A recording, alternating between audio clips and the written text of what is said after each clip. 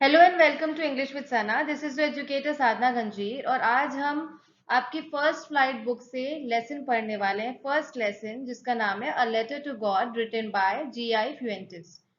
मैं आपको पहले एक ब्रीफ समरी देती हूँ कि इसमें क्या बताया गया है।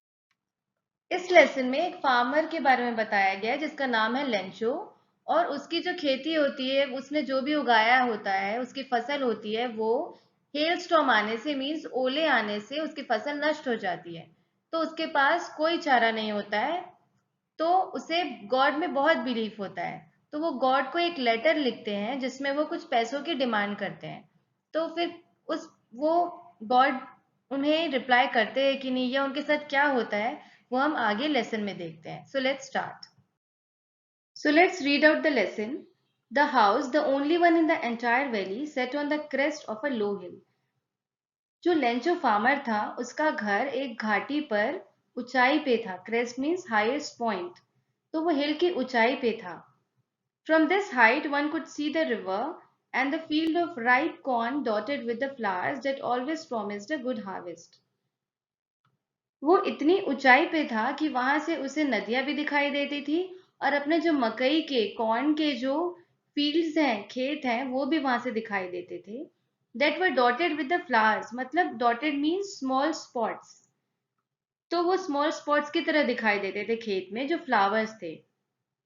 तो उन मकई के खेतों में फ्लावर्स आ गए थे, मकई के प्लांट्स में फ्लावर्स आ गए थे, जिससे ये पता चल रहा था कि इस बार उनकी खेती अच्छी होने वाली है। They are having a good harvest. Good harvest means उनका जो भी खेती का जो प्रोडक्ट मिलने वाला है, जो मकई होने वाली है पकने के बाद, वो अच्छी होने वाली है। The only thing the earth needed was a downpour और एटलीस्ट अ शावर। डाउनपोर मतलब बहुत भारी वर्षा, हेवी रेन होना, and shower means mild mild rain होना, थोड़ा बहुत पानी गिरना। तो ये वही बता रहे हैं कि जो कॉर्न था, कॉर्न के प्लांट्स थे, वो तो पक गए थे और उनमें फ्लावर्स आ गए थे। तो बस अब उन्हें सिर्फ किस चीज की वेट थी? उन्हें बारिश का वेट था। या तो ज्यादा वर्षा होता तो अच्छा था, पर अगर कम भी वर्षा हो, एटलीस्ट शावर भी हो, तो भी उनके लिए अच्छा था। Throughout the morning, Lencho, who knew his fields intimately, had done nothing else but see the sky towards the northeast. तो दिन भर लेंचो, जो अपने खेतों को बहुत अच्छे से जानता था, वो जानता था कि किस डायरेक्शन से पानी गिरता है, किस डायरेक्शन से वर्षा होती है। तो वो कुछ नहीं कर रहा था पूरे मॉर्निंग, वो सिर्फ स्काई की तरफ देख रहा था, नॉर्थ ईस्ट डायरेक्शन में, क्योंकि नॉर्थ ईस्ट डायरेक्शन से ही हमें बारिश होती है, मॉनसून आता है। तो इसीलिए वो उसी डायरेक्शन में आस लगाए देख रहा था कि कब बारिश होगी। Now we are really going to get some water, women. The woman was preparing supper, replied, Yes, God willing. तो लेंचो बोलता है कि हमें इस बार अच्छी वर्षा मिलने वाली है। वो वुमेन से बोलता है, शायद वो उसकी वाइफ हो वो वुमेन। तो वो वुमेन रिप्लाई करती है, जो कि डिनर बनाते रहती है। सपर मीन्स रात का जो डिनर खाना होता है, डिनर होता है, उसे बोलते हैं। वो बोलती कि यस गॉड विलिंग। विलिंग मतलब वो चाहते हैं, हाँ भगवान चाहते हैं कि वर्षा हो। The older boys were working in the field while the smaller ones were playing near the house until the women called to them all, come for dinner. तो उनके जो बड़े बच्चे हैं, बड़े लड़के हैं, वो फील्ड में खेत में काम कर रहे थे, और जो छोटे वाले थे वो हाउस के पास ही खेल रहे थे। तो वो खेल रहे थे और तब तक वे नहीं आए जब तक विमेन ने उन्हें बुलाया, कम फॉर डिनर, उन्हें डिनर के लिए इनवाइट किया, उनकी मम्मी ने उन्हें। It was during the meal that, just as Lencho had predicted, big drops of rain began to fall. अब खाना खाते समय ही उन्हें ऐसा प्रतीत हुआ कि बड़े बड़े बारिश की बूंदें जो हैं वो आने लगी हैं, जैसा कि लेंचो ने प्रिडिक्ट किया था पहले। In the northeast, huge mountains of clouds could be seen approaching. तो जिस डायरेक्शन में वो आस भरी नजरों से देख रहा था कि बारिश होगी, वहां पे उसे बहुत सारे काले बादल दिखाई देने लगे, आने लगे। अप्रोचिंग मतलब आना। The air was fresh and sweet. अब जब काले बादल होते हैं तो अच्छी ठंडी हवा भी चलती है। तो वही बता रहा है कि वहां काले बादल को देखते हुए फील हो रहा था कि एयर फ्रेश था, स्वीट था। The man went out for no other reason than to have the pleasure of feeling the rain on his body. And when he returned, he exclaimed, "These aren't raindrops falling from the sky, they are new coins. The big drops are 10-cent pieces and the little ones are fives." तो Lencho को जैसे ही खुशबू आने लगी air की, वो बाहर गया सिर्फ एक ही रीजन से, उस रेन को अपने बॉडी में फील करने के लिए, उसे महसूस करने के लिए। और जब वो बारिश को महसूस करके जब वो अंदर आया, देन ही एक्सक्लेम, मतलब एक्साइटमेंट के साथ बोलने लगा अपने घर वालों को। वो बोलने लगा कि ये रेन ड्रॉप सिर्फ बारिश की बूंदे ही नहीं है, ये तो कॉइन्स हैं, ये तो पैसे हैं। और जो बड़े बड़ी बूंदे हैं वो 10 रुपए के पैसे हैं, और जो छोटे वाले हैं वो 5 रुपए के। तो ये वही बोल रहा है वहां, यहाँ पर इन रेन के ड्रॉप्स को न्यू कॉइन्स इसलिए कहा गया है कि जैसे बारिश होगी तो उनकी फसल अच्छी होगी, और फसल अच्छी होगी तो उन्हें उनकी प्रोड्यूस अच्छी होगी, तो उन्हें अच्छे पैसे मिलेंगे। इसीलिए वो उन्हें कॉइन से कंपेयर कर रहा है कि वो रेन ड्रॉप्स कॉइन्स की तरह लग रहे हैं उन्हें। With a satisfied expression, he regarded the field of ripe corn with its flowers, draped in a curtain of rain. Draped here means covered, curtain means पर्दा। सो बारिश होने लगी तो वो बहुत ही खुश हो गया, और वो खुशी के साथ अपने कॉर्न के फील्ड्स को जो फ्लावर्स से लदे हुए थे उन्हें देखने लगा, जो कि बारिश के बाद बारिश की बूंदों से पूरी तरह से कवर हो चुके थे। But suddenly a strong wind began to blow, and along with the rain, very large hailstones began to fall. Hailstones means balls of snow. इस पिक्चर में आप यहाँ देख सकते हैं। Hailstones means जो ओले होते हैं वो। But suddenly उसने ये देखा कि बहुत ज्यादा तेज हवाएं चलने लगी, और बारिश के साथ साथ ओले भी गिरने लगे, जो उसने एक्सपेक्ट नहीं किया था, क्योंकि वो उन खेतों को डिस्ट्रॉय कर सकता था। These truly did resemble new silver coins. The boys, exposing themselves to the rain, ran out to collect the frozen pearls. अब वो जो ओले थे उन्हें देखकर ऐसा लगने लगा कि वो सिल्वर कॉइन्स हैं, वो सिल्वर रंग के दिखने लगे। द बॉयज, और उनके दो दो बेटे थे, वो खुशी से अपने आप को रेन में एक्सपोज करने लगे, मतलब रेन में भीगने लगे, और वो दौड़ने लगे उन फ्रोजन पर्ल्स को, मतलब वो मोती की तरह दिखाई दे रहे थे, जमे हुए मोती की तरह, इसे उसे फ्रोजन पर्ल्स कहा है। तो जैसे हम बचपन में हम बहुत खुश होते थे जब ओले गिरते थे और हम उन्हें कलेक्ट करने के लिए जाते थे, वैसे ही जो लेंचू हैं उनके बेटे भी उन ओलों को कलेक्ट करने के लिए रेन में चले गए। "It's really getting bad now," exclaimed the man. "I hope it passes quickly." It did not pass quickly. तो वो फार्मर बहुत दुखी हो जाता है, वो सोचता है कि प्लीज ये ओले गिरना बंद हो जाए, और वो होप करता है कि काश ये सब ठीक हो जाए। I hope it passes quickly. पर ऐसा नहीं हुआ और ओले गिरने लगे, वो कंटिन्यू थे गिरना। For an hour the hail rained on the house, the garden, the hillside, the cornfield, on the whole valley, and the field was white as if covered with salt. फिर 1 घंटे तक बारिश होने लगी, 1 घंटे तक बारिश के साथ ओले गिरने लगे बहुत ज्यादा, और वो जो ओले हैं वो पूरे घर में छा गए, वो पूरे घर में बिखर गए, गार्डन में पूरे वो जम गए, हिल साइड पे पूरी तरह से वो बिखर गए, एंड उनके जो खेत थे कॉर्न के उसमें भी पूरे ओले जम चुके थे, और वैली पे भी सब जगह सिर्फ ओले ही ओले दिखाई पड़ रहे थे। जैसे आप इस फोटो में देख सकते हैं कि कैसे ये पूरा एरिया बर्फ से ढक चुका है, and the field was white as if covered with salt. तो ओले गिरने के बाद फील्ड ऐसा लग रहा था कि वो नमक से ढका हुआ है, जैसे कि इस फोटो में दिखाई दे रहा है। Not a leaf remained on the trees. The corn was totally destroyed. एक पत्ता भी नहीं बचा था कॉर्न के जो पौधे थे उनमें। कॉर्न जो है वो पूरी तरह से डिस्ट्रॉय हो गया था। And the flowers were gone from the plant, जो भी फ्लावर्स थे उगे हुए थे वो पूरी तरह से नष्ट हो गए थे, खराब हो गए थे। Lencho soul was filled with sadness, Lencho बहुत ही दुखी हो गया कि इतने दिनों की जो मेहनत है वो खराब हो गई। When the storm had passed, he stood in the middle of the field and said to his sons, a plague of locusts would have left more than this. फिर जब जो तूफान है, स्टॉर्म मतलब हेवी विंड या तूफान, तो जैसे ही वो स्टॉर्म जो है वो थम गया, विंड्स ब्लो होना बंद कर दिए, तो फिर वो अपने खेत के मिडिल में आके, खेत के बीच में आके खड़ा हो गया और अपने बेटों से ये बोलने लगा कि अगर लोकस्ट का प्लेग भी आ जाता, प्लेग मीन्स डिजीज जो बहुत जल्दी स्प्रेड होता है, एंड लोकस्ट एक तरह का ग्रास हॉपर होता है जो क्रॉप्स को डिस्ट्रॉय करता है। आप इस पिक्चर में देख सकते हैं कैसे बहुत सारे लोकस्ट जो हैं वो पेड़ों को खा रहे हैं।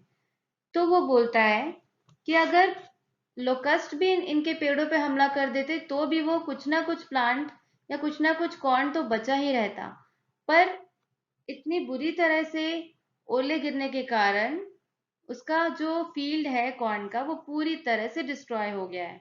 अगर लोकस्ट होता तो शायद कुछ ना कुछ तो बच ही जाता। The hail has left nothing. This year we will have no corn.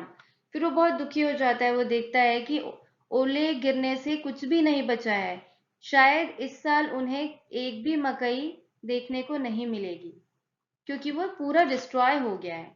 That night was a sorrowful one. वो रात बहुत ही दुख भरा था। All our work for nothing.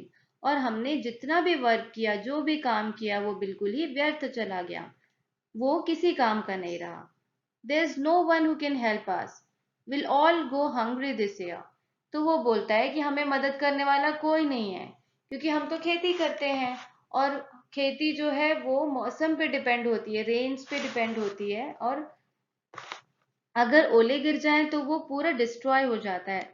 तो वो बोलता है कि हमें कोई भी हेल्प करने वाला नहीं है और हम लगता है इस साल भूखे ही रहने वाले हैं। But in the hearts of all who lived in that solitary house in the middle of the valley, there was a single hope, help from God. But उस solitary मतलब alone, उस एक ही single house जो था घाटी में, वहां पे जितने भी लोग थे, मतलब hearts मतलब जितने भी लोग उस घर में थे, वो उनको एक ही होप था कि भगवान से हमें मदद मिलेगी। तो जब सब कुछ नष्ट हो गया था तो उनको सिर्फ भगवान की ही याद आई। Don't be so upset even though this seems like a total loss, remember no one dies of hunger, that's what they say, no one dies of hunger. पर जब सब कुछ नष्ट हो गया था तो उन्हें भगवान की याद आई और वो बोलने लगे, वो सोचने लगे कि हमने दुखी होने की जरूरत नहीं है, अपसेट होने की जरूरत नहीं है, क्योंकि हम पूरी तरह से खत्म नहीं हुए हैं। It seems like a total loss, पर हमें दुखी होने की जरूरत नहीं है क्योंकि कोई भी आज तक भूख से मरा नहीं है, ऐसा कहा जाता है। दैट्स व्हाट दे से कि no one dies of hunger, एक कहावत है कि कोई भी भूख से मरता नहीं है। तो वो अपने आप को एक सांत्वना देते, अपने आप को एक खुशी महसूस करने के लिए ये बोलते हैं कि कोई भी आज तक भूख से मरा नहीं है। All through the night, Lencho thought only of this one hope, the help of God, whose eyes, as he had been instructed, see everything, even what is deep in one's conscience. और Lencho पूरी रात यही सोचता रहा कि उसकी जो एक होप है, जो कि भगवान है, वो तो जिंदा है। और जैसा कि उन्हें बताया गया है, जैसे कि he had been instructed कि भगवान सब देखते हैं, he sees everything, even जो हमारे मन में होता है, even what is deep in one's conscience. Conscious का मतलब होता है माइंड का वो पार्ट जो हमें बुरा और अच्छे की सीख देता है।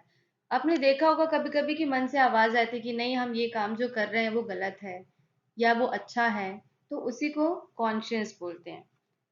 तो लेंचो को ये विश्वास था, अपने एक ही लास्ट होप गॉड पे विश्वास था कि वो सब देख रहे हैं और वो सब अच्छा करेंगे, और वो भी देख लेते हैं जो हमारे अंदर होता है, हमारे मन में होता है, जो हम किसी को बताते नहीं है, वो भी भगवान को पता होता है। Lencho was an ox of a man, working like an animal in the fields, but still he knew how to write. Ox of a man मतलब ऑक्स जो होता है बैल, वो कैसे बहुत मेहनत करता है, उसे फील्ड्स में ले जाया जाता है फील्ड्स को प्लो करवाने के लिए। तो वैसे ही लेंचो जो है वो बहुत मेहनत करता था एक बैल की तरह, एक एनिमल की तरह। वो अपने खेतों में बहुत ही मेहनत करता था, पर उसे लिखना तो आता ही था, वो पढ़ा लिखा था। The following Sunday, at daybreak, he began to write a letter which he himself would carry to town and place in the mail. It was nothing less than a letter to God. और अगले Sunday day break में वो letter लिखने लगा, जो वो खुद ही town में जाएगा और जो लेटर बॉक्स है, मेल बॉक्स है, उसमें मेल करके आएगा। और वो ऐसा लेटर था जो भगवान को लिखा गया था, वो भगवान को लिखे गए लेटर से कम नहीं था। डे ब्रेक का मतलब होता है कि जब हमें सूरज आसमान में चढ़ता हुआ दिखाई देता है, मतलब करीब 8, 9, 10 बजे जब सूरज की रोशनी हमें दिखाई देती है, वो तब लिखने लगा वो लेटर, जिसे वो खुद ही जाकर मेल बॉक्स में डालेगा। God, he wrote, if you don't help me my family and I will go hungry this year. तो वो लेटर लिखना स्टार्ट करता है और वो भगवान से ये लिखता है कि अगर भगवान आपने मुझे हेल्प नहीं किया तो मैं और मेरी सारी फैमिली हंग्री हो जाएंगे, वो हम भूखे हो जाएंगे। And I need 100 pesos in order to sow my field again and to live until the crop comes because the hailstorm।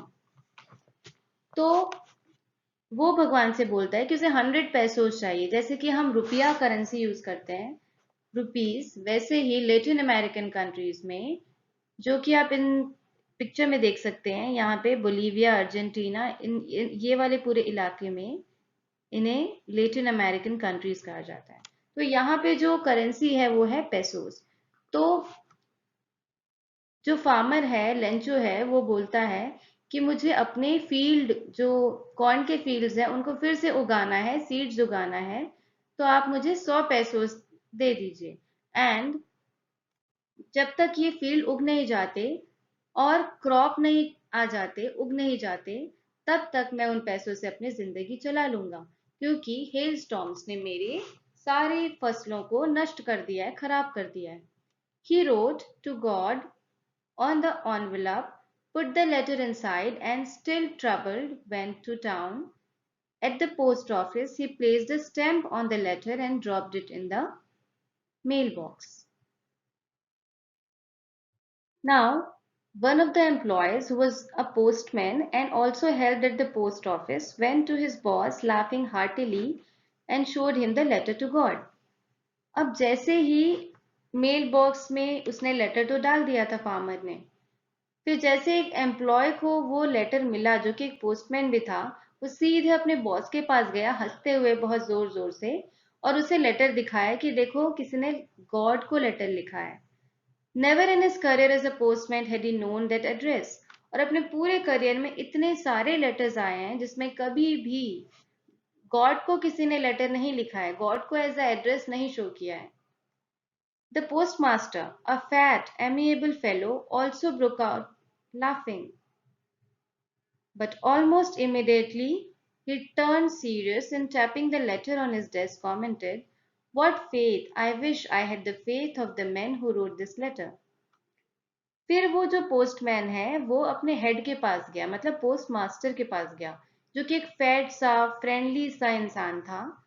वो भी बहुत जोर जोर से हंसने लगा वो लेटर को देखकर, पर इमीडिएटली वो बहुत सीरियस हो गया और he started tapping the letter on his desk। मतलब जैसे हम शाबाशी देते हैं ना, पीठ थपथपाते हैं किसी की कि तुमने बहुत अच्छा कोई काम किया है, वैसे उस वो लेटर को डेस्क पे थपथपाने लगा, टैप करने लगा और बोलने लगा कि what faith! I wish I had the faith of the man who wrote this letter. मतलब कितना बहुत ही अच्छा उसका विश्वास है भगवान पे, और काश वो विश कर रहा है कि काश ऐसा ही विश्वास मुझे भी होता जैसा इस इंसान को है जिसने वो लेटर लिखा है। Starting up a correspondence with God.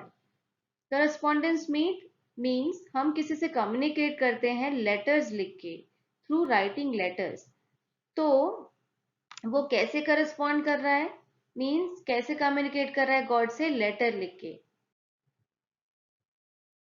So, in order not to shake the writer's faith in God, the postmaster came up with an idea: answer the letter. जब उस पोस्टमास्टर ने देखा कि कितना विश्वास करता है वो लेटर लिखने वाला गॉड पे, तो उसने सोचा कि वो फेथ कायम रहना चाहिए, वो फेथ जो भगवान पे है वो खत्म नहीं होना चाहिए। इसीलिए पोस्टमास्टर ने सोचा कि क्यों ना हम एक लेटर लिखते हैं उसे। But when he opened it, it was evident that to answer it he needed something more than goodwill, ink and paper. तो उसने जैसे ही लेटर ओपन किया, वो तो साफ था, इट वॉज एविडेंट कि अगर उसे लेटर को आंसर करना है तो उसे सिर्फ अच्छे मन की या इंक की या पेपर की जरूरत नहीं है, सिर्फ उसे क्या चाहिए, 100 पैसों चाहिए, क्योंकि उसने उस फार्मर ने लेटर में 100 पैसों की डिमांड की थी गॉड से। But he stuck to his resolution. He asked for money from his employees. He gave himself part of his salary, and several friends of his were obliged to give something for an act of charity. तो वो अपने जो decision था, resolution मतलब strong decision पे stuck रहा, वो अड़ा रहा, और कि उसे आंसर करना ही है, उसे हेल्प करनी ही है। He asked for money from his employees. उन्हें बाकी पोस्टमैन जो थे, वहां के एम्प्लॉयज थे पोस्ट ऑफिस के, उनसे पैसे मांगे, और उसने खुद भी अपनी सैलरी का कुछ पार्ट उस फार्मर को दे दिया। And several friends of his were obliged to give something for an act of charity। तो और दूसरे जो फ्रेंड्स थे उन्हें भी बहुत खुशी हुई, वो भी एक हेल्पफुल एक्ट करना चाहते थे। obliged मतलब हेल्पफुल एक्ट। तो वो भी खुश थे कि वो कुछ दे के एक एक्ट ऑफ चैरिटी कर रहे हैं, वो दान कर रहे हैं, इसलिए उनके फ्रेंड्स ने भी उनका पूरा साथ दिया। It was impossible for him to gather together the 100 pesos, so he was able to send the farmer only a little more than half. तो वो एक तो खुद भी जॉब पे डिपेंडेंट था, और वो 100 पैसों जो है 100 पैसों कलेक्ट करना उसके लिए बहुत ही नामुमकिन था। तो इसीलिए उसने फार्मर को सेंड करने के लिए लिटिल मोर देन हाफ पैसे, मतलब 50 से थोड़े ज्यादा पैसे उसने जमा कर लिए। He put the money in an envelope addressed to Lencho, and with it a letter containing only a single word as a signature, God।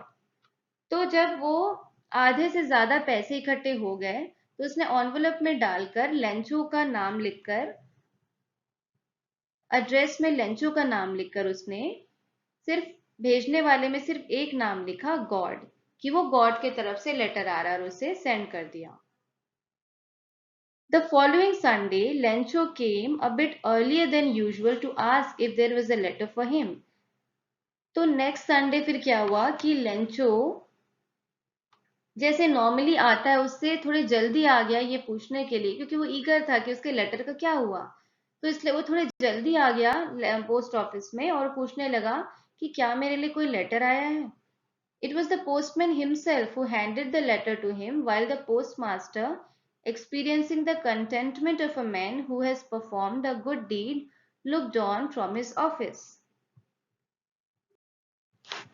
तो जब उसने पूछा लेंचो ने कि क्या मेरे लिए कोई लेटर आया है, तो पोस्टमैन ने खुद ही उसे वो लेटर दिया, और जो पोस्ट मास्टर था जिसने सारे पैसे इकट्ठे किए थे, वो बहुत ही कंटेंटेड था। कंटेंटमेंट मतलब संतुष्टि होना, सेटिस्फाइड होना।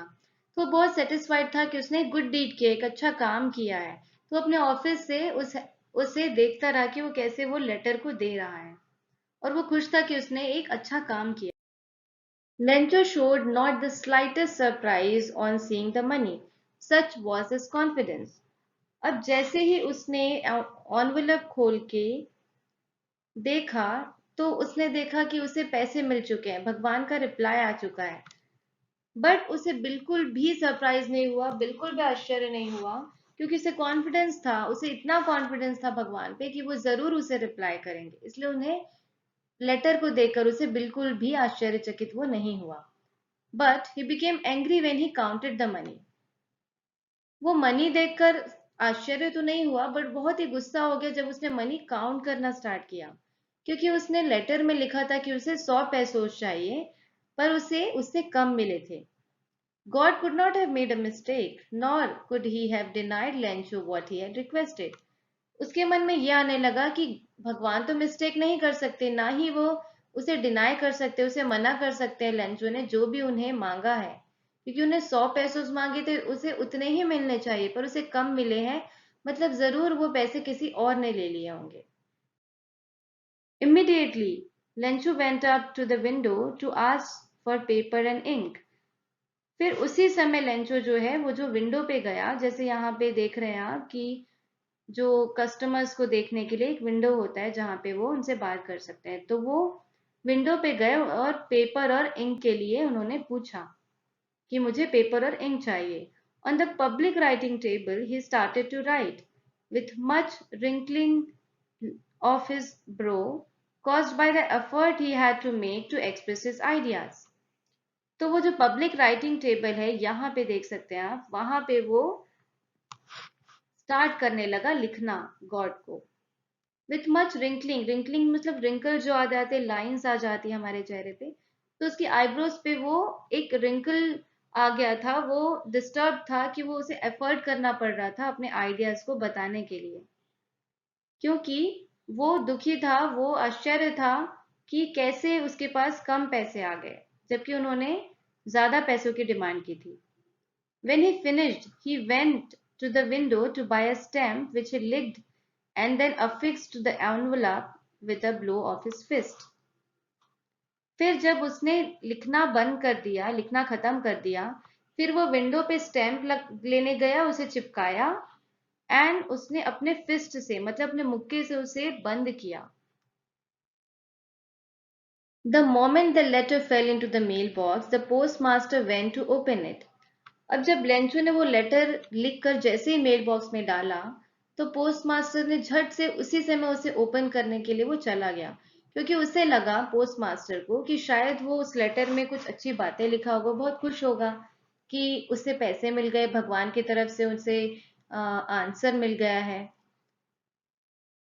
तो उसने लेटर खोल के उसे पढ़ने लगा। It said, god of the money that I asked for only 70 pesos reached me. उसमें लिखा था कि भगवान, मैंने तो जो पैसा मांगा था 100 पैसों, उसमें से सिर्फ 70 पैसों ही मुझ तक पहुंचे हैं। Send me the rest since I need it very much. मुझे बाकी जो पैसे बचे हैं वो भी आप दे दीजिए। But don't send it to me through the mail because the post office employees are a bunch of crooks. Lencho.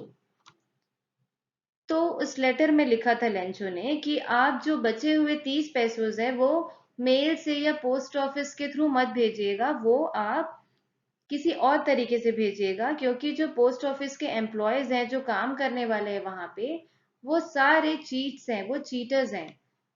तो लेंचो ने ये सब लिखा था उसमें। तो इससे पता चलता है कि